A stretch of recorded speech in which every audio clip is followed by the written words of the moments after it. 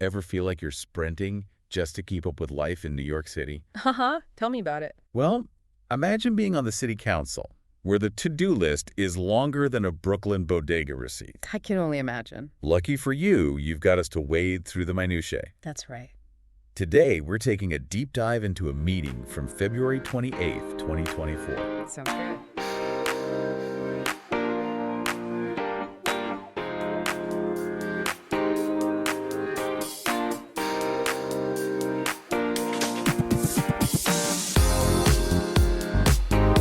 E-bikes, street vendors, Uh-huh. and even a 16th century Italian explorer vying for his own holiday. Now, that's something you don't see every day. What's fascinating about these meeting minutes is that they capture the pulse of the city. It's true. Those hyperlocal issues that might not make national headlines, Right. but have a real impact on New Yorkers' lives. Absolutely. So, while the document itself might look about as exciting as a tax audit, trust us, there are some real gems in here. I believe it. For starters, we see that Councilmember Farias was holding down the fort as acting president pro tempore. Good old Farias. And before they could dive into the legislative whirlwind, Yeah. the council received an invocation from a Brooklyn pastor. This tradition, dating back to the council's very beginnings, Well, I didn't know that. is a subtle reminder of the role faith communities have played in shaping the city's identity. It's a side of city government we rarely see. It's true.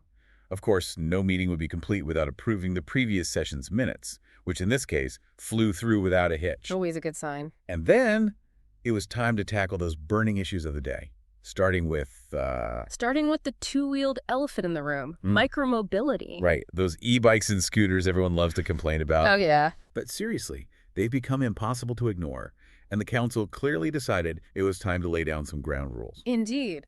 We see a flurry of activity around regulating the sale and operation of these vehicles, with a particular focus on safety. Makes sense. For instance, 19A mandates that shops selling e-bikes display safety information about those lithium-ion batteries that have, shall we say, a tendency to make headlines. Okay, let's unpack this for a second.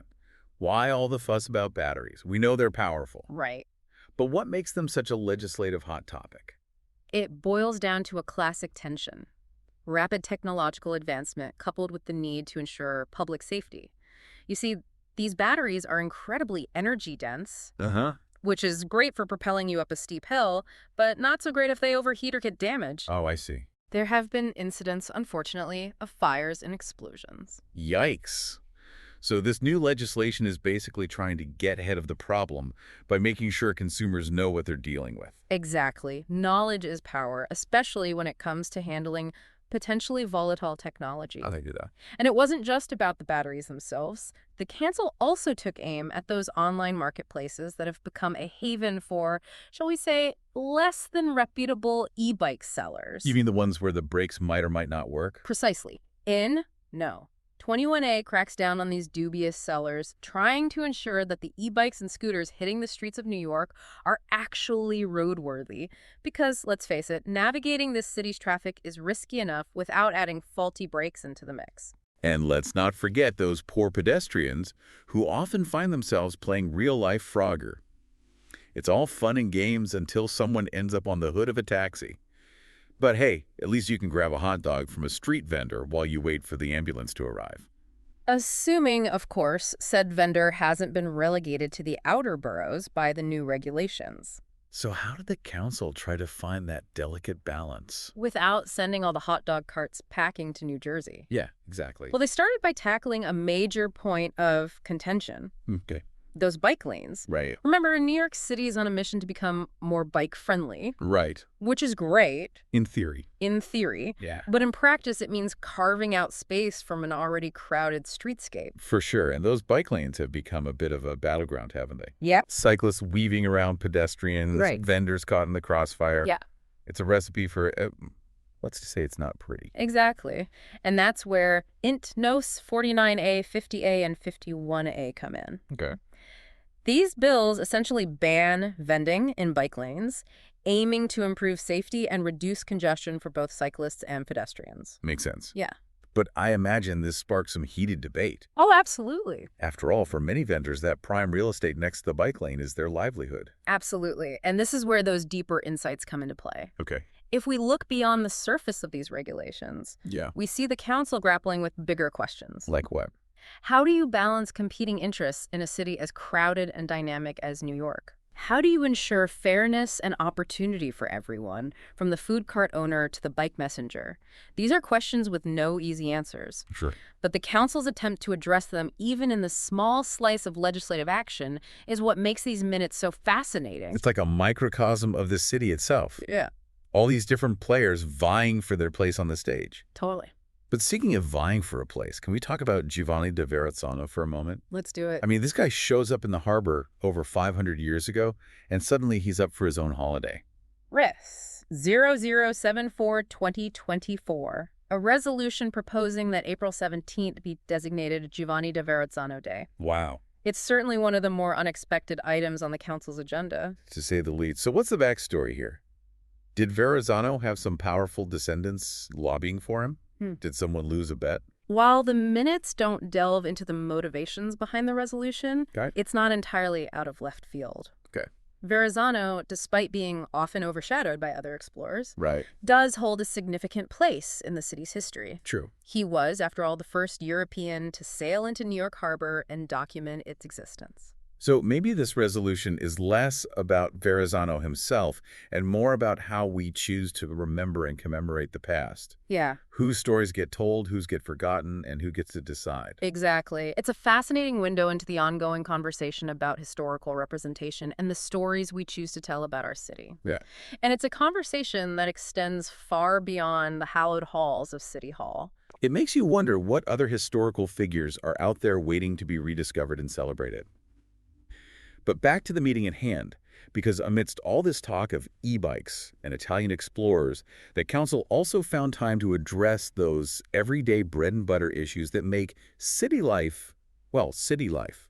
Those quality of life concerns that don't always make the front page, Yeah. but can make a world of difference for residents. Noise complaints, for instance. It seems some council members are on a mission to bring a little peace and quiet to the city that never sleeps. Maybe they just really, really hate jazz. I'm kidding, of course. Uh-huh. But seriously, those siren noise complaints, while seemingly mundane, point to a larger issue. Okay. The constant sensory overload that comes with living in a dense urban environment. It's a reminder that even in a city as grand and ambitious as New York, sometimes the smallest details, the honking cabs, the rumbling subways, the incessant sirens, can have a big impact on our well-being. It's all about finding that balance, isn't it? Yeah. The energy and excitement of city life, Right. but also those moments of respite and tranquility. For sure. And speaking of finding balance, the council also took another stab at that eternal New York City puzzle. Let me guess. Parking. Parking had to be parking. Parking in New York City. It's like trying to find a... Unicorn in a snowstorm. Exactly.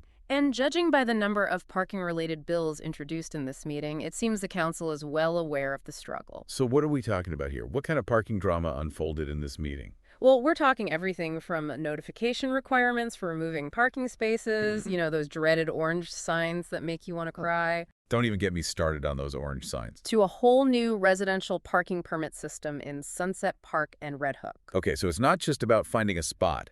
It's about who gets to park in those spots once they're created. Mm-hmm. Interesting.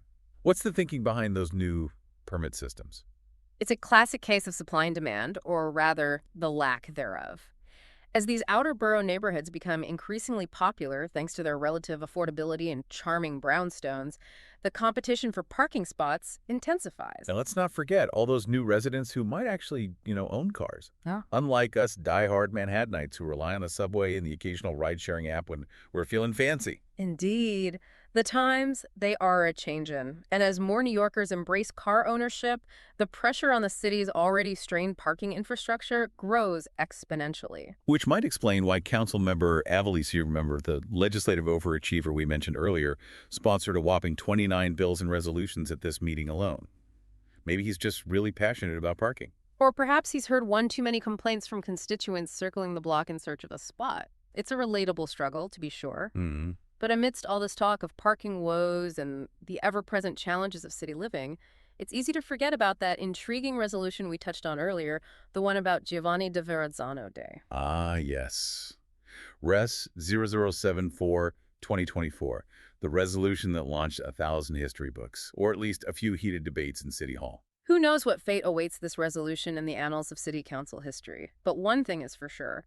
It sparked a conversation about who we choose to remember and why. It's like you said earlier, whose stories get told and whose get left out. And how do we ensure that our historical narratives are inclusive and representative of the city's rich and diverse past? Precisely. It's an ongoing conversation, and one that this resolution has, perhaps inadvertently, brought to the forefront. Which is a good reminder that even amidst those everyday bread and butter issues like parking and noise complaints, there's always room for a little historical reflection, and maybe even a new holiday or two.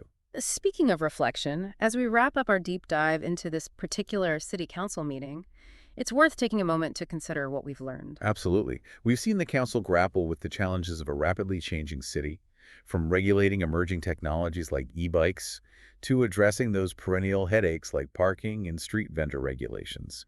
And we've seen how those seemingly mundane details of city governance can reveal larger trends and spark important conversations about fairness, representation, and the very nature of urban life in the 21st century. It's a lot to unpack.